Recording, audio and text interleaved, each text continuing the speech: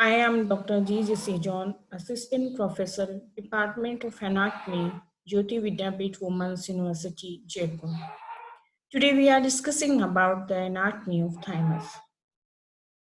In this picture we can see the thymus gland and its location and size and shape also.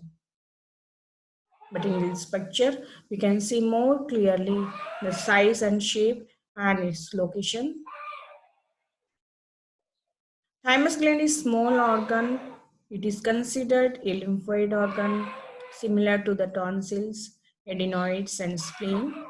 Important function both in immune system and endocrine system. So thymus gland is small lymphoid organ, just like other lymphoid organ, tonsil, adenoids, and spleen, and it has a function of immune system and it secretes some hormones, so it has a importance in endocrine system also. It is situated in superior mediastinum and often extends above in root of neck and below in the upper part of anterior mediastinum. So we can see here in this picture, the some portion of thymus gland is situated in the superior mediastinum and the lower portion of the thymus gland is situated in the anterior mediastinum. And the upper portion is also extend to the root of neck.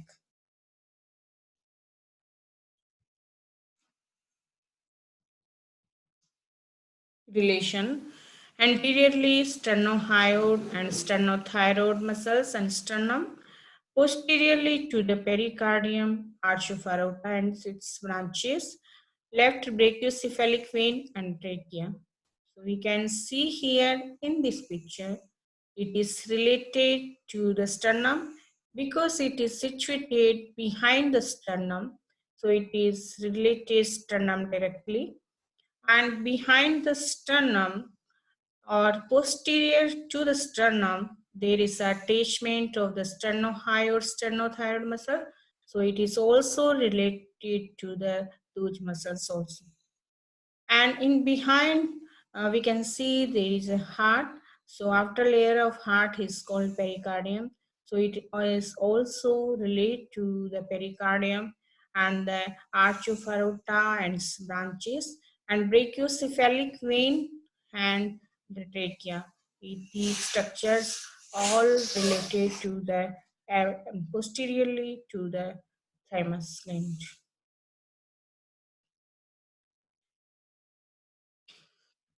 It is named the thymus due to its shape, being similar to that of a thyme leaf, pyramid shape with two lobes.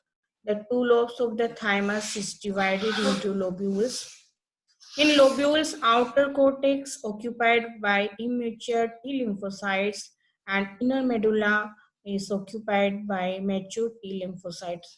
So in thymus, we can see there is two lobes. So it is just related to the thyme leaf because thyme leaf is pyramid shape and with two lobes. But in the thymus, these two lobes is also divided into lobules. You can see here these are lobules, and in lobules there is a outer cortex and inner medulla, and in this outer cortex there is immature T lymphocyte and it get maturation inside the medulla of the lobules.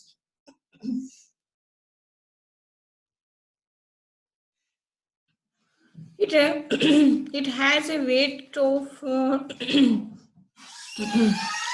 to 50 gram at the birth, then it increase in size and weight, and it will reach 30 to 40 gram in weight at the puberty, and after that it will shrink, and in mid adult it will get only the weight of the 10 gram.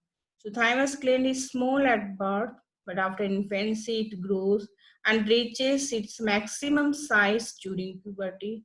After puberty, the gland shrinks and becomes largely replaced by fat. So we can see the fat remnants in place of the thymus gland in adult and in old age.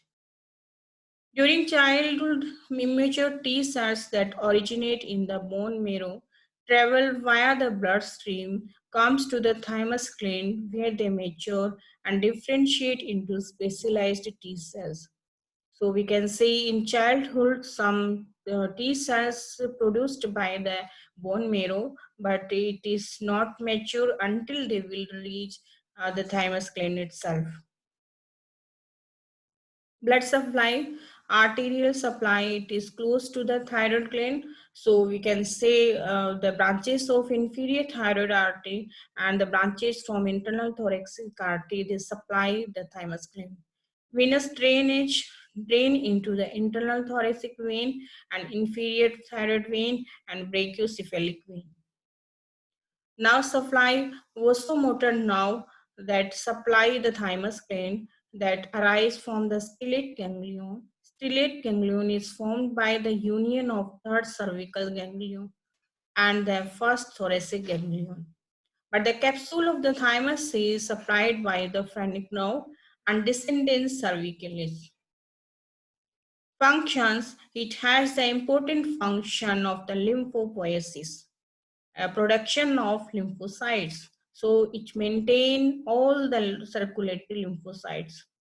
The cortical lymphocytes that arise from the stem cell of the bone marrow region that get mature only after they will enter in the thymus gland that we discussed in they arise in the childhood. 95% of the T lymphocyte produced due to autoallergy.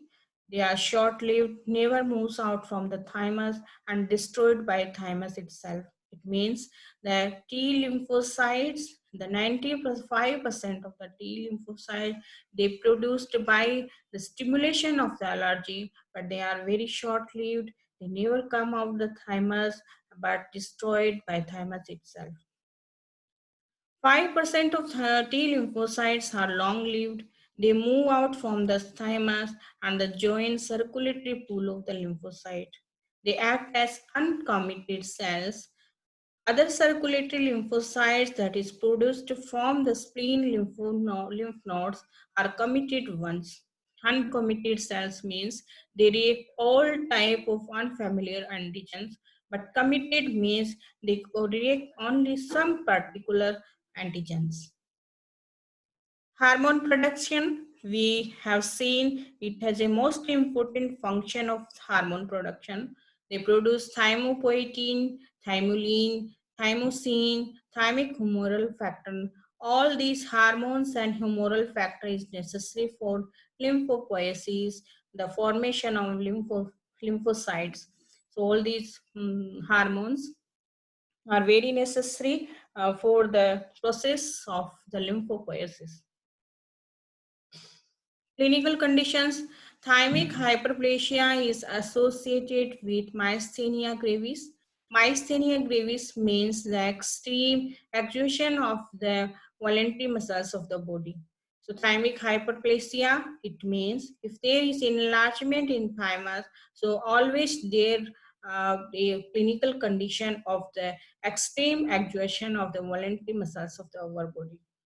Thymic tumor, it means if there is any enlargement like tumor or cancer, they can compress the tubal structure in our neck like trachea, esophagus, and large veins like superior vena cava. They can produce subsequent symptoms like if it compress trachea, so there will be dyspnea. If it compress esophagus, then there will be dysphagia, and it compress superior vena cava, then it will produce superior vena cava syndrome. Hypertrophy of adrenal cortex enhance involution of thymus. It means if there is a enlargement of adrenal cortex, so it will accelerate. The rate of the shrinkage of the thymus gland. So all these conditions, all these information about the thymus gland we have discussed here. If you have any query, if you have any doubts, please comment below. Thank you. Thank you so much.